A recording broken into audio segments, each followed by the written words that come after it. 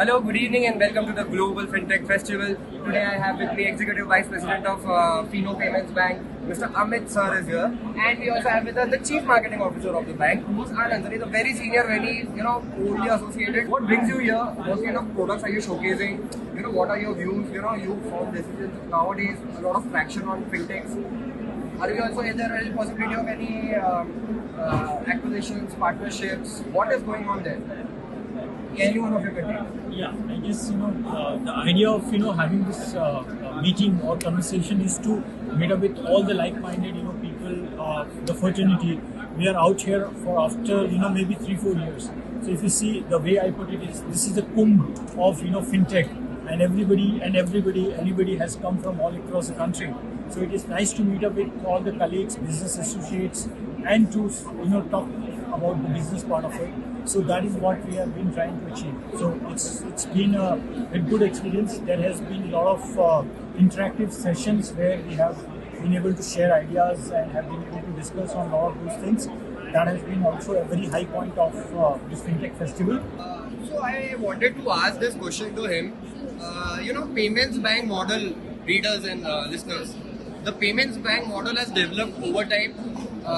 The likely experts say that the trajectory will now move towards the SFB side.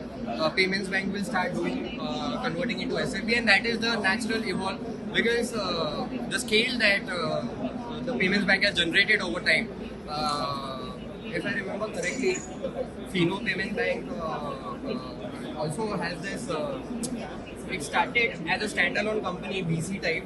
And now it is one of the biggest BCs. We can't even call it a BC anymore, it's a full-fledged bank. So the transformation readers here is interesting. It will be interesting to get his comments on whether, we'll not just Fino, but is the model moving towards that? Has that, purpose been served? Yeah, I guess what has happened is when this payment bank license were given, a lot of people were not certain that how this model will become profitable. Fino, along with other payments bank in this space, has been able to kind of break that barrier and have been able to service the financial inclusion agenda of the country as well as become profitable. So and Fino last year also got listed as well. So that is another round of validation for us to be able to come to a particular stage. Now the way forward from here, the way I see it is that lending is the way to go forward. And at an appropriate time, we will also find out our ways and means to get into that. But currently, we are a profitable payment bank, and we are focused on our current offering, and we are scaling it up on a quarterly basis. How much of a share will UPI have to the overall revenue? Because right now it's rising. It has been rising consistently. Overall business, how much do you expect UPI to come from this?